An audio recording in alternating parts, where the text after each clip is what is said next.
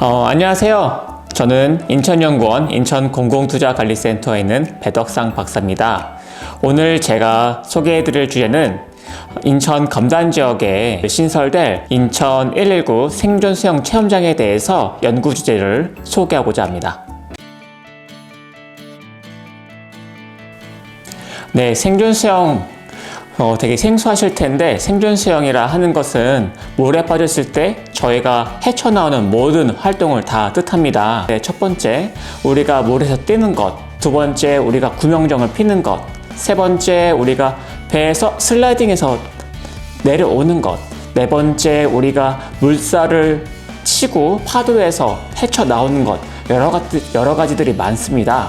우리가 안타깝게도 수년 전에 세월호 사태가 있었습니다. 세월호 사태 이후에 생존수영이 부각됐고, 현재는 초등학교 전 학생을 대상으로 연 10시간 의무교육이 부과되었습니다. 근데 생존수영을 하려면 특화된 교육시설이 필요한데, 현재 인천 지역에는 특화된 시설이 없습니다. 생존수영을 하려면 우선은 우리가 물에 빠졌을 때 수영복을 입고 물에 빠지겠습니까? 당연히 평상복을 입고 빠지겠죠. 그래서 평상복을 입고 수영을 할 수가 있어야 되고, 그리고 우리가 배가 되게 높은 데서 슬라이딩 하려면은 고차가 있는 슬라이딩이 있어야 될 거고, 구명정을 펼쳐야 될 거고, 그런 여러 시설들이 필요합니다. 이런 실습 교육을 받는 곳이 바로 생존수영이라 할 수 있겠습니다.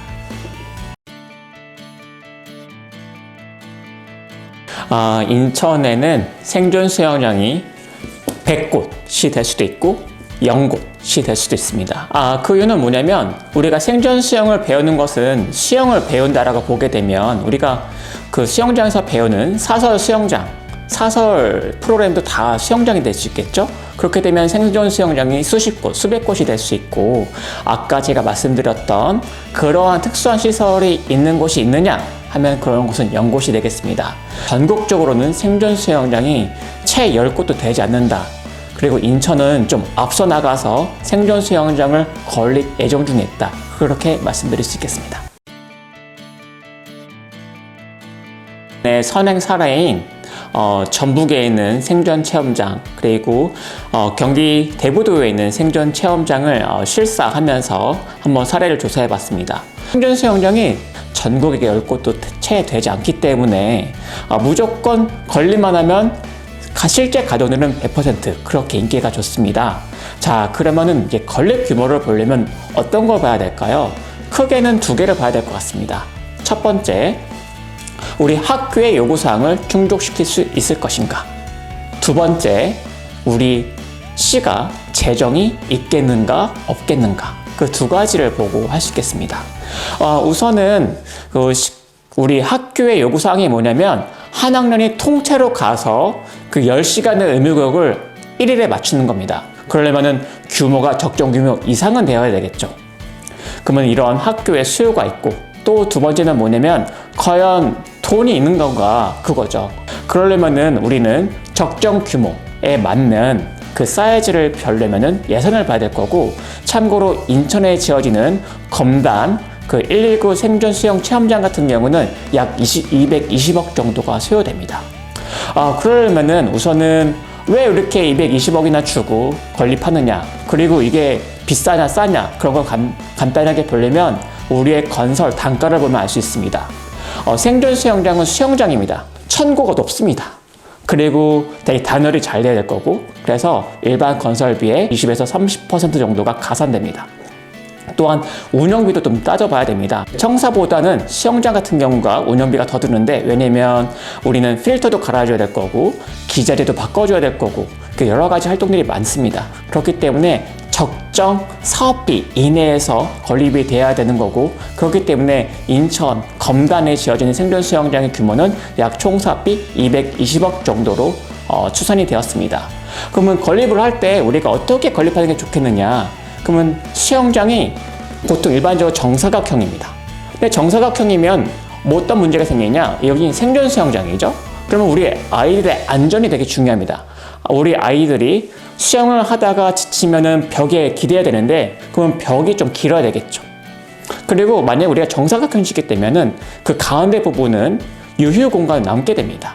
그래서 일반적으로 생존 수영장은 직사각형 형태가 될 거고, 여러 가지 특수 목적 시설들이 필요하기 때문에 하나의 풀장으로는 해결이 안 되고 여러 가지 풀장을 같이 지어야 됩니다. 그래서 그런 것들을 다 고려해서 적정 규모를 산정하게끔 되어 있습니다.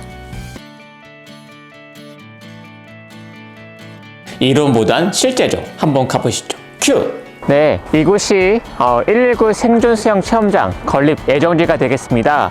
여기는 인천시 서구 마전동에 있고 검단소방서 바로 옆 부지에 있습니다. 부지의 면적은 약 4,000제곱미터, 연면적은 3,300제곱미터로 지어질 예정이고 사업비는 총 220억 원, 그 중에서 공사비는 150억 원 되겠습니다. 지하 1층, 지상 2층 규모로 건립될 예정이고 수조는 3개의 풀, 그리고 탈의실은 2곳, 강의실은 1곳, 그리고 사무실 1곳, 그렇게 구성될 예정입니다. 이 시설은 우리 검단 지역에 있는 25개 초등학교 학생들이 이용할 예정이고 이것이 지어지면 2026년도부터 운영될 예정입니다. 현재 이 사업은 지방재정투자심사에 들어가 있고 약 5월경에 투자심사 결과가 나올 예정입니다. 네. 이 연구의 꽃이죠. 이 BC를 뽑는 것. 결론적으로 말하면은 이 사업은 경제성을 충분히 갖췄는데 실제로 이걸 민간에서는 사용하기가 어려운 그러한 이제 타당성 결과가 나왔습니다. 그럼 여기서 BC가 뭘까요? B는 사회적 편익을 의미합니다. 사회적 편익이라는 건 뭐냐면 우리가 재정을 투입했을 때 과연 경제적으로 우리 사회 가치적으로 얼만큼의 효익이 창출될 수 있을 것이냐를 따지는 겁니다. 그럼 이 연구에서 우리 생존 수영장에 대해서 B는 어떻게 뽑았을까요?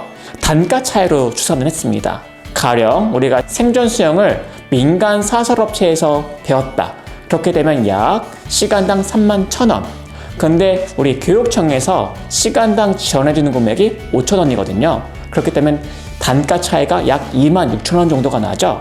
그 얘기는 뭐냐면 우리가 공공시설물에서 이러한 교육을 받았을 때 26,000원 정도의 부가가치가 창출될 수 있다. 그걸 의미합니다. 이것을 총 연간 사람이 운영하는 시간을 곱하면 편익이 나올 거고 그게 바로 B입니다. 그럼 C는 뭐냐? C는 바로 운영비랑 건립비용이죠. 그 운영비랑 건립비용으로 나누면 BC가 나옵니다. 그렇게 해서 1.08.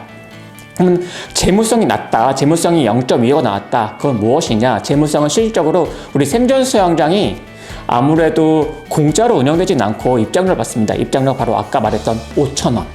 그 5,000원이 바로 우리 매출액이 되는 거고 C는 그 운영비랑 건립비용이 되겠습니다.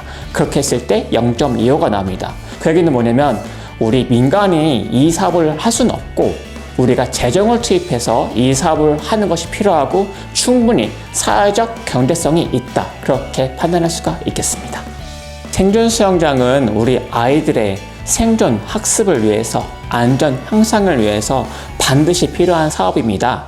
우리 시민들의 많은 관심이 필요합니다. 우리 시민들의 많은 관심 속에서 운영의 질이 제고되고 건립이 잘 된다면 분명 우리 아이들이 더욱더 안전한 세상에서 살 수 있는 바탕이 마련될 것입니다. 네, 자세한 사항은 인천연구원의 연구보고서를 참고해 주세요. 감사합니다.